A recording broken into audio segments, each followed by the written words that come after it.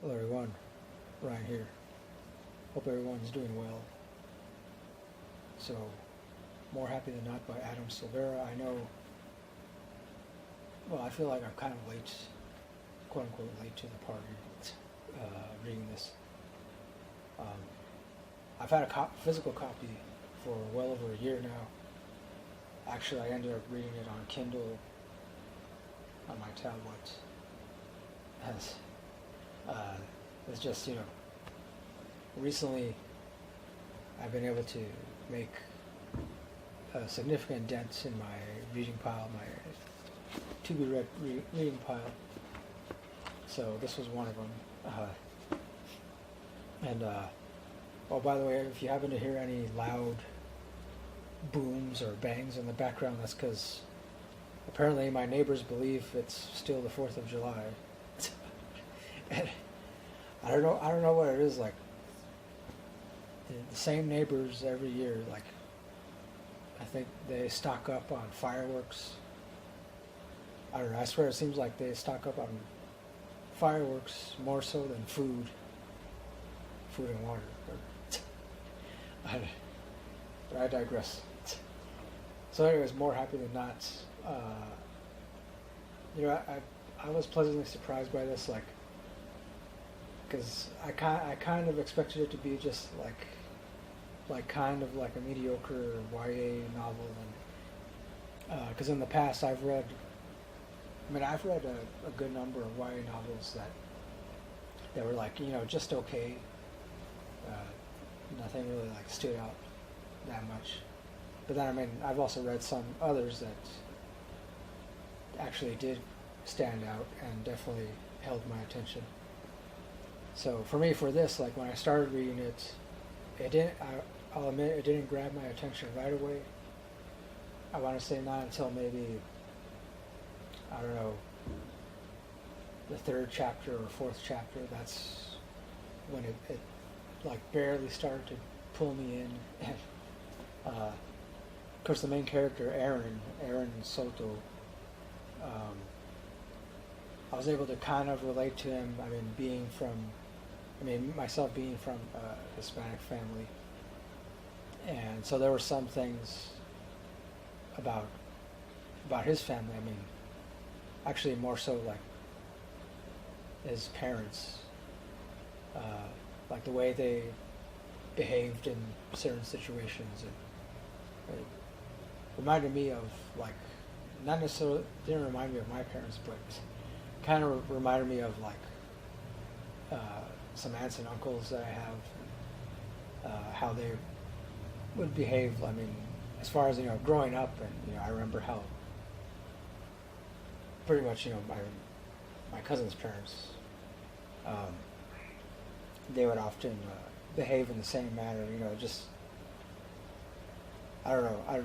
I would say, like, the best way I could describe it is like they would act like, it's kind of like they would give off this image of being very close-minded, or like one of them was close-minded, the other wasn't so close-minded, or they just like wanted people to believe they were very close-minded, and not only that, but then they would really overreact when it came to certain situations. So yeah, I don't know. I'm just saying, like, that's what Aaron's parents reminded me of, and although his parent, excuse me, got something in my throat. But his parents, like, of course, aren't really the focal point of this novel. Another thing too, because I don't want to give away too much. Even though, again, like, I know so many people have already read it, but I've never believed in spoiling things for people, especially books, movies. But so there's this like institute which is called I want to say it's pronounced Leteo or Leteo, Leteo, Leteo Institute, and what it is like I guess it's this institute, but that promises to erase, like something about they have the ability to erase memories from people's brains. Of course, there are a lot of side effects that come with it, and a lot of people have, even though like supposedly, because they have a bunch of success stories, like a lot of people who go through this process end up, living relatively normal lives, and average lives. But there's also like several other people who unfortunately suffered from various side effects from this process, procedure, or whatever it's called. Operation. I would say operation, but I guess no, it's not really technically an operation per se. So, yeah, and because of that, and Aaron, even though he's got a girlfriend, or like seemingly steady girlfriend, Genevieve, and I guess they have been dating for a while. At the same time, like he, ends up having these feelings for this guy that he meets named Thomas. I want to say, like, at first it starts off where he just like feels like a really close kind of intimate friendship, I guess, with him, but then it ends up being more than that, and he realizes that he actually is attracted to this guy Thomas. And then pretty much like, I mean, a lot, of course, obviously, so many things happen in between all of that and after. But again, without me spoiling too much, I will say that yes, Aaron, he does eventually, or I'll say at one point he does undergo this procedure to erase his memories, for a good reason. Well, for what he believed to be a good reason, which also is pretty much, I guess, say in a way connected to his father's suicide. I hope that's not. I don't consider that to be a spoiler. But I mean, because he mentions it. It's mentioned several times in the beginning of the book.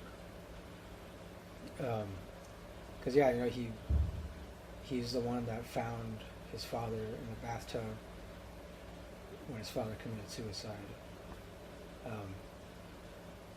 And ends up being a very traumatic experience for Aaron. I mean, understandably,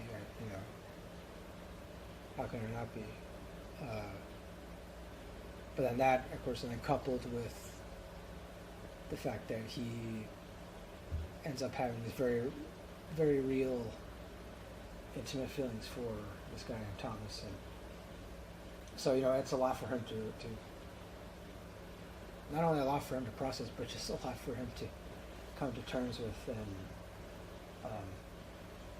of course, I like the way that it eventually unfolds. Like,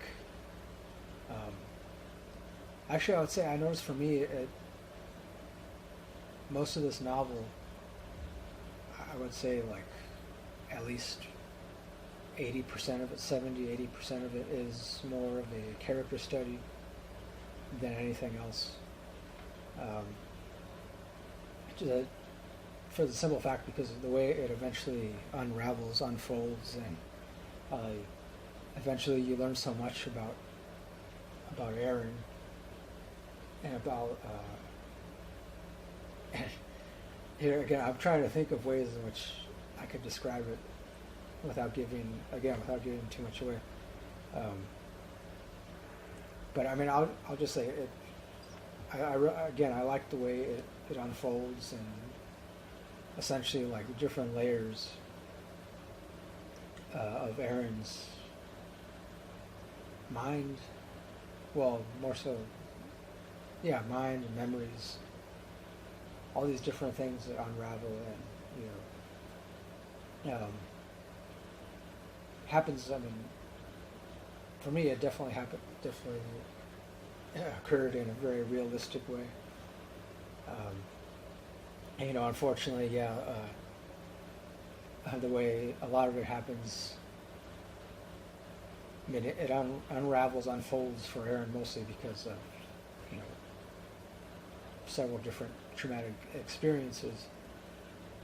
One of them, yes, being his father's suicide. The other one, him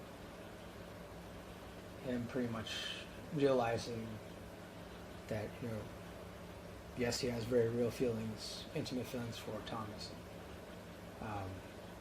And also, the fact that he's never really truly loved his girlfriend Genevieve. And then also he starts remembering things from his childhood. I mean, when he was, a much smaller child. I guess preteen, toddler, I guess. So yeah, I mean, obviously happens in a very gradual way, but also realistic way. And I would say that was definitely, for me, like that stood out the most to me because I could see it like happening like that in real life, and it wasn't just like an overnight thing where he's like, okay, I got to deal with my father's suicide, and then the next day, okay, I got to deal with the fact that I really like this guy Thomas. So I mean, it was a gradual thing. I don't know. I guess because I've always liked novels that have at least some kind of realistic aspect to them, like, even if it's like fiction, like science fiction or fantasy, or or if it's just some weird genre of any genre. But like, if there's some kind of at least somewhat realistic aspect, then usually it's a good sign that I'll end up liking it. So, and one other thing, well, I guess I would say, like, the only thing I didn't like about this novel is the ending. Not that I didn't. I mean, another thing too, of course, the entire novel is definitely really well written. The ending included, but I would say, like, the ending kind of bummed me out. I mean, mostly because it was like, it felt like,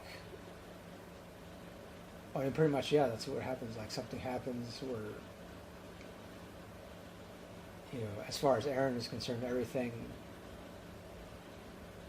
not only unravels, but unravels so much, and, to the point where, for me, it felt like just like a very real, like, point of devolution. I mean, by which I mean, like, instead of an evolution, I don't know. Instead of Aaron, learning from his mistakes, or instead of him learning from, trying to come to terms with everything he's learned about himself, and not only that, but realize that, he always was, or that he always was completely different, obviously, but like, for many different reasons, he ignored it. But I don't know. I'm trying not to spoil it, but I guess like all I can really say is that, yeah, the way it unravels, like, for me, I felt like it unraveled a little too much, and to the point where, yeah, all that Aaron was left with was pretty much deciding, having to decide really because he had no other choice at that point, having to decide whether he wanted to be happy or not, and that was because towards the end, that's all he was left with, really. So I mean, yeah, that's what I meant by it. It kind of bummed me out. But then at the same time too, like it kind of leaves this like window of hope open.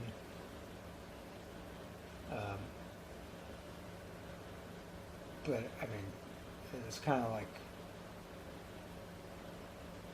well, there's the potential for hope, I guess. I mean, that's what I took away ultimately from this entire novel, but especially the ending. Because it's like if you apply it to, like for me, if I were to apply it to my own life, and if I ever when I find myself in a weird situation or like difficult situation, and really like when I think if I'm forced to choose, and if the only choices I have are to be happy or not to be happy. So obviously I'm going to choose to be happy, and hopefully be able to do that in a constructive way. So yeah, I don't know. I hope that makes some sense. So ultimately, obviously, I give this 5 out of 5 stars. I would say, I don't know, maybe I think like, if I were to reread it, I might end up focusing too much on